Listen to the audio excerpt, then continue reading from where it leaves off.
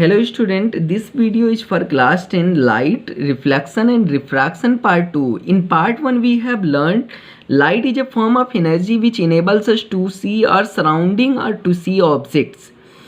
Now then we have learned reflection of light, bouncing back of a ray of light when it strikes a boundary which it cannot pass, means that boundary should be opaque. When I say opaque, that means the kind of material which do not allow light to pass through it at all.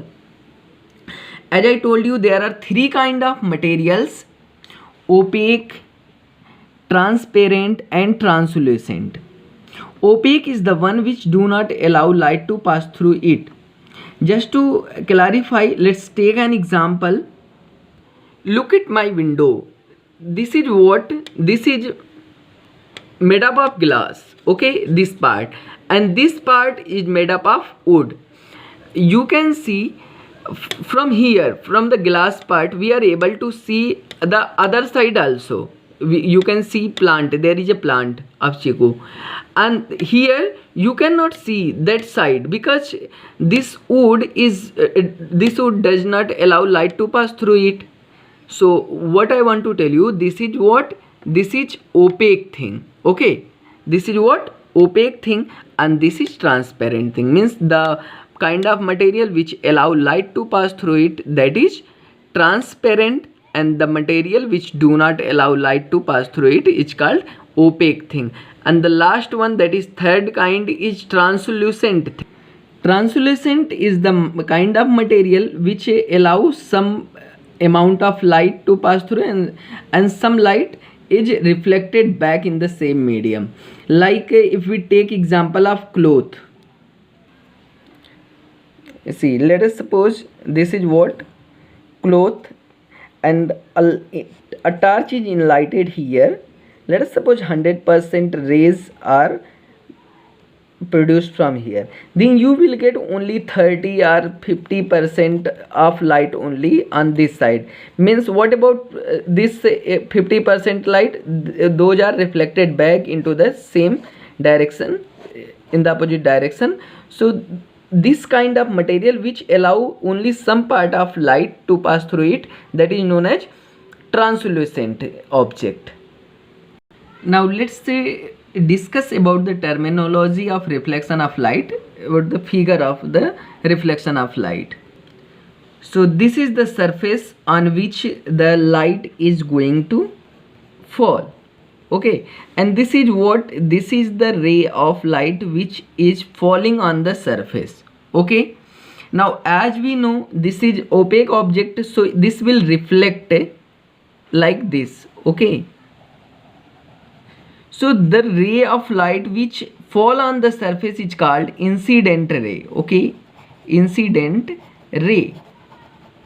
And the ray of light which get reflected from the surface is known as reflected ray, okay, reflected ray.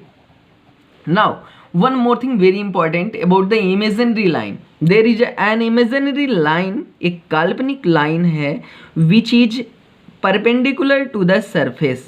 When I say perpendicular, definitely you would have learned in the mathematics, a line which is at 90 degree is called perpendicular line.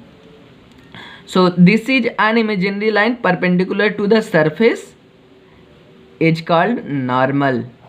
Means normal is an imaginary line which is perpendicular to the surface. Now if you are knowing about these three terms, incident ray, normal and reflected ray, yes, it's too simple to learn, to understand laws of reflection. Just try to learn these three words: incident ray, normal and reflected ray. So let's discuss the first law.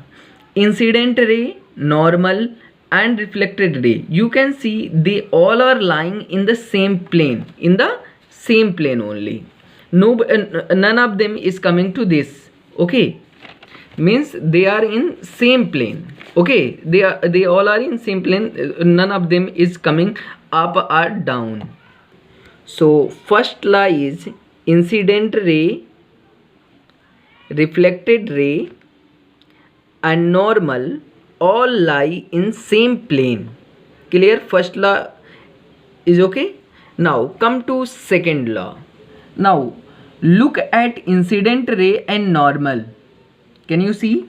Yes, this is what incident ray and normal. Can you see some angle between normal and incident ray? Yes, and that angle is known as angle of incidence. Clear? This angle is known as angle of incidence. Okay, and one more thing you can see, angle between normal and reflected ray. Can you see that? This angle between reflected ray and normal? Yes, there is also angle, and that angle is known as angle of reflection.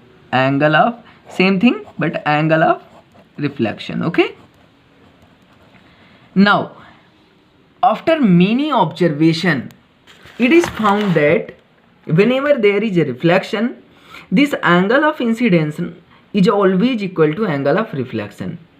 So when it is found truth after many observation always equal, then it has been made a rule, that is angle of incidence will be always equal to angle of reflection. So this is what angle of reflection, and second law of reflection, angle of incidence is always equal to angle of reflection. So let's do a question here. Let us suppose this is what surface and a ray, incident ray is falling. This is what normal, and let us suppose there is angle between the incident ray. I am representing with IR, means the incident ray, and this is what normal, and there is angle between them is 30 degree.